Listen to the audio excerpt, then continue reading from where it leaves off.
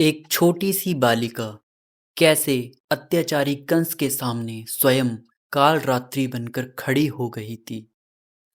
ये कथा केवल एक देवी की नहीं, बल्कि उस दिव्य शक्ति की है जो हर बार अधर्म बढ़ने पर जन्म लेती है। श्रीमद् भागवत में वर्णन आता है, जब भगवान श्री कृष्ण का जन्म हुआ, तब वासुदेव जी उन्हें गोकुल छोड़कर आए और बदले में यशोदा माता की नवजात कन्या को लेकर मथुरा लौटे। वही कन्या थी योगमाया देवी नंदा। जब कंस को पता चला कि देवकी की 8वीं संतान जन्म ले चुकी है, तो वह क्रोध से पागल हो उठा।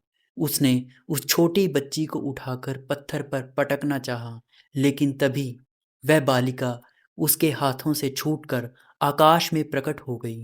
पूरा आकाश दिव्य प्रकाश से भर गया। देवी का विराट रूप दिखाई देने लगा। 8 भुजाएं, हाथों में त्रिशूल, तलवार, चक्र, शंख और धनुष। देवता उनकी स्तुति करने लगे और कंस भय से कांप उठा।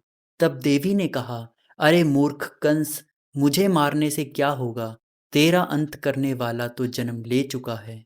सोचिए, एक तरफ सत्ता का अहंकार, दूसरी तरफ सत्य की शक्ति, और अंत में जीत हमेशा सत्य की ही होती है। यही देवी नंदा का संदेश है।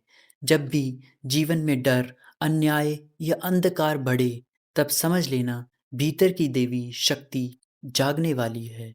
आज भी कई लोग अपने जीवन में कंस जैसे भय से जूझ रहे हैं। किसी को असफलता का डर है, किसी को समाज का, और किसी को अपने भविष्य का। लेकिन देवी नंदा की ये कथा हमें याद दिलाती है कि भय कितना भी बड़ा क्यों ना हो, ईश्वर की शक्ति उससे कहीं अधिक विशाल होती है। विंध्याचल में स्थित मां विंध्यवासिनी का धाम आज भी करोड़ों भक्तों की आस्था का केंद्र है। कहा जाता है, जो सच्चे मन से मां को पुकारता है, उसे साहस, शांति और संरक्षण अवश्य मिलता है। मां केवल मंदिरों में नहीं रहती। जब कोई कमजोर व्यक्ति अन्याय के खिलाफ खड़ा होता है, वहां मां है। जब कोई टूटकर भी हार नहीं मानता, वहां मां है। और जब अंधेरे समय में भी उम्मीद जीवित रहती है, वहाँ भी माँ ही है। इसलिए जब भी जीवन में कठिन समय आए, डरना मत।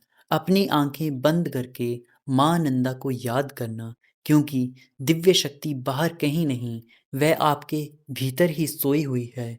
बस उसे पहचानने की देर है। जय माँ विंध्यवासिनी।